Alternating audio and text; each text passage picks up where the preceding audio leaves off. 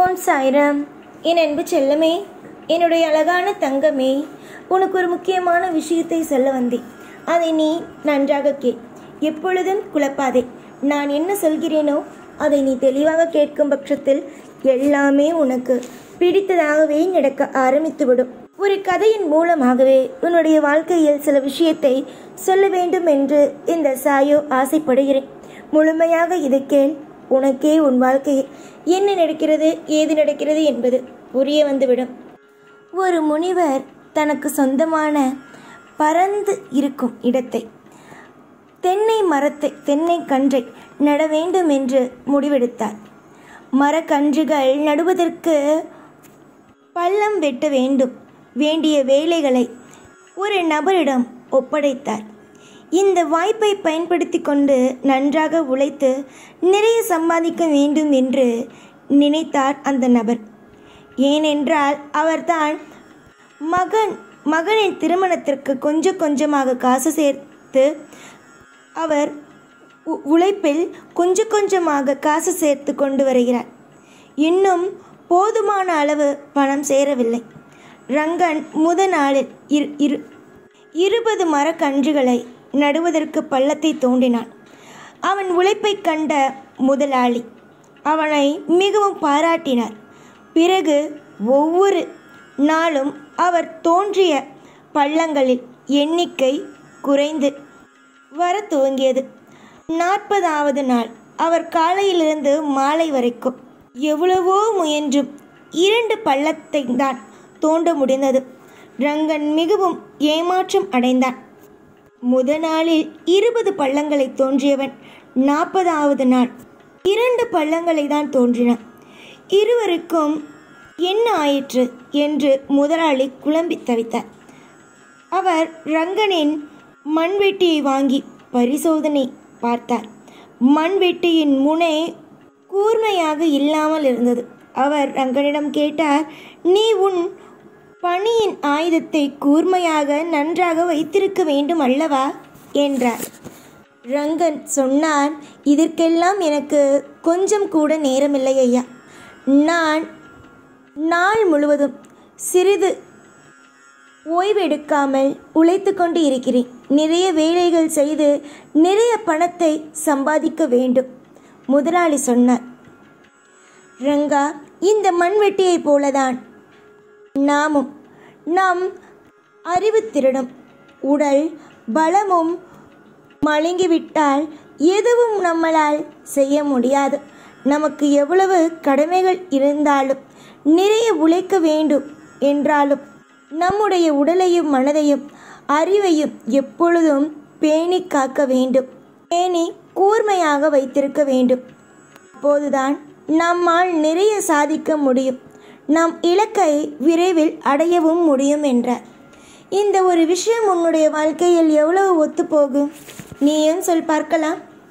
உன்னுடைய குடும்பத்திற்காக நிறைய உழைக்க வேண்டும் என்ற ஆசை. ஆனால் உன்னுடைய குடும்பத்தில் இருப்பவர்கள் எப்பொழுதும் நன்றாக இருக்க வேண்டும் என்பதற்காக நீ நிறைய உழைத்து அவர்களுக்கு நீ எல்லா விஷயத்தையும் செய்து உன்னை நீ பார்க்காமல் விட்டுவிட்டாய். நான் உன்னிடம் வரும் பொழுதெல்லாம் உன்னுடைய மன வருத்தங்கள் அனைத்தும் எனக்கு புரியும். எதையும் நினைத்து கவலைப்படாதே. நிச்சயமாக அனைத்திற்கும் நல்லதொரு தீர்வு உண்டு. காலம் முழுக்க எல்லாவற்றுக்கும் கவலைப்பட்டு கொண்டே இருந்தால் வாழ்க்கையை சந்தோஷமாக உன்னால் கடத்த முடியாது. அதற்கு பதிலாக நீ அமைதியாக இருக்கலாம். தெய்வத்திடம் உன்னுடைய அனைத்து விதமான கோரிக்கைகளையும் சொல்லிவிட்டாயானால் எதற்காக கவலைப்பட வேண்டும்? நன்றாக இருந்த வாழ்க்கை இப்பொழுது மிக கவலையாக இருக்கிறது. இதற்கு எல்லாம் முடிவு கட்ட எனக்கு தெரியாதா என்ன? கூடிய சீக்கிரத்தில் உன்னுடைய வாழ்க்கையில் இருக்கும் அனைத்து விதமான கசப்புகளையும் நான் நீக்குவேன். உன்னுடைய வாழ்க்கையில் கஷ்டங்கள் மட்டுமே வளர்கிறது என்று நினைக்கிறாய். கிடையாது. சந்தோஷங்களும் கண்டிப்பாக வளரும். இதற்கு முன்பு, கொஞ்ச நாளுக்கு முன்பு உன் வாழ்க்கையில் உன் தொழிலாக இருக்கலாம், மற்ற விஷயங்களாக இருக்கலாம், எல்லாமே நல்லபடியாகவே நடந்தது. எதுவுமே குறை சொல்வதற்கு மாதிரியே ஒரு விஷயமும் உன் வாழ்க்கையில் நடக்கவில்லை. ஆனால் இப்பொழுது சமீப காலமாக ஒரு 2-3 மாதங்களாகவே உன்னுடைய வாழ்க்கையில் எல்லாமே கசப்பான விஷயங்களாகவே நடக்கிறது. தொழிலாக இருந்தாலும் சரி, உன்னுடைய உறவுகளில் இருந்தாலும் சரி, எல்லாமே உனக்கு எதிராகவே அமைகிறது. அதனால்தான் எந்த ஒரு நல்ல காரியமும் இப்பொழுது செய்ய விடாமல் நான் தடுத்து வைத்திருக்கிறேன். நேரம் கொஞ்சம் கடினமாக இருக்கிறது. இந்த கடினமான நாட்களை எல்லாம் கூடிய சீக்கிரமாக உன்னுடைய வாழ்க்கையிலிருந்து எடுத்து உனக்கு நல்லதையே நான் தருவேன். யாரை பார்த்தாலும் பயம், எதுக்கெடுத்தாலும் கவலை, வாழ்க்கையில் தவறான விஷயங்கள் நடந்துவிடுமோ என்ற ஒரு ஏக்கம், இப்படி எதுவும் உன்னுடைய வாழ்க்கையில் நடக்காது. உன்னுடைய வாழ்க்கையில் எல்லாம் சீரும் சிறப்புமாகவே இருக்கும். யாரை பார்த்தும் பயம் வேண்டாம். எந்த நிலைமையிலேயும் வாழ்க்கை முடிந்து விட்டதோ என்ற ஒரு மிகப்பெரிய ஒரு கவலையும் வேண்டாம். எல்லாம் மாறும். நிச்சயமாக உன்னுடைய வாழ்வில் நீ ஆசைப்பட்டதை விடவே அற்புதமாகவே அனைத்து விதமான சுப விஷயங்களையும் நடத்தி நான் தருவேன். ஏற்கனவே உன்னுடைய வாழ்க்கையில் நான் ஒரு கதை சொன்னது மாதிரிதான். எல்லாம் நல்லதாக நடக்கும். யாரும் எப்பொழுதும் இதை செய்வார்களோ அதை செய்வார்களோ என்று நினைக்காதே. உன்னுடைய வாழ்வுக்கு நீயே பொறுப்பு. உன்னுடைய வாழ்க்கைக்காக என்னென்னலாம் செய்யலாம் என்று நினைத்து கொண்டு இருக்கிறாயோ அதை அனைத்தையும் செய். எல்லாமே உனக்கு நல்லபடியாகவே நடக்கும். காலம் நிச்சயம் உன்னுடைய வழிக்கு வரும். அது வரைக்கும் கொஞ்சம் பொறுத்திரு. பிரியமான பிள்ளைக்கு அனைத்தும் இனிமே பிரியமாகவே நடக்கும்.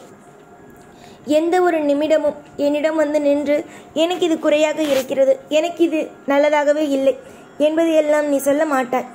ஏனென்றால் உன் வாழ்வில் எல்லாம் நல்லதாக நடக்கப் போகிறது. தொடர்ந்து முயற்சிகள், நல்ல நல்ல முயற்சிகளை எடு.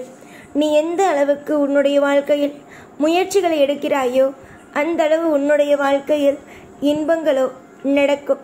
உன்னுடைய வாழ்வில் இன்பங்கள் என்றும் இருக்க வேண்டும் என்றால் கவலைகளை மறக்கத்தான் வேண்டும். தொடர்ந்து உன்னுடைய வாழ்வில் கவலைகள் இருக்காத வண்ணம் நான் பார்த்து கொள்கிறேன். இப்பொழுது உன்னுடைய வாழ்வில் நீ துவண்டு போயிருக்கிறாய். இந்த துவண்ட நிலைமை எல்லாம் கொஞ்ச நாளுக்கு மட்டுமே. எதற்கெடுத்தாலும் பயந்து கொண்டு கலங்கிக் கொண்டு இல்லாமல் எல்லாவற்றையும் நம்முடைய தெய்வமானது மாற்றம், நம் வணங்கும் தெய்வமானது கரை சேர்க்கும் என்பதையே நம்புங்கள். நீங்கள் எவ்வளவு காலத்திற்கு உங்களுடைய வாழ்க்கையில் நீங்கள் கவலையோடையே இருப்பீர்கள்? கவலை என்பது வாழ்வில் ஒரு நாளும் ஒரு பொழுதும் எல்லோருக்கும் இருப்பது இல்லை. அது ஒவ்வொரு காலமும் வரும். அதே நேரம் உங்களுடைய வாழ்க்கையை விட்டும் போகும். சந்தோஷத்திற்கு ஒரு நாளும் ஒரு பொழுதும் குறை வைக்கவே மாட்டேன். இந்த சாய்க்கு அனைத்தும் தெரியும். அதனால் நீ எதையும் நினைத்து கவலைப்பட வேண்டாம். சீரும் சிறப்புமாக இரு. எல்லாம் நல்லதே. எப்பொழுதும் உன் கூடவே இருப்பேன். இந்த சாய்நான். ஓம் சாய்ராம்.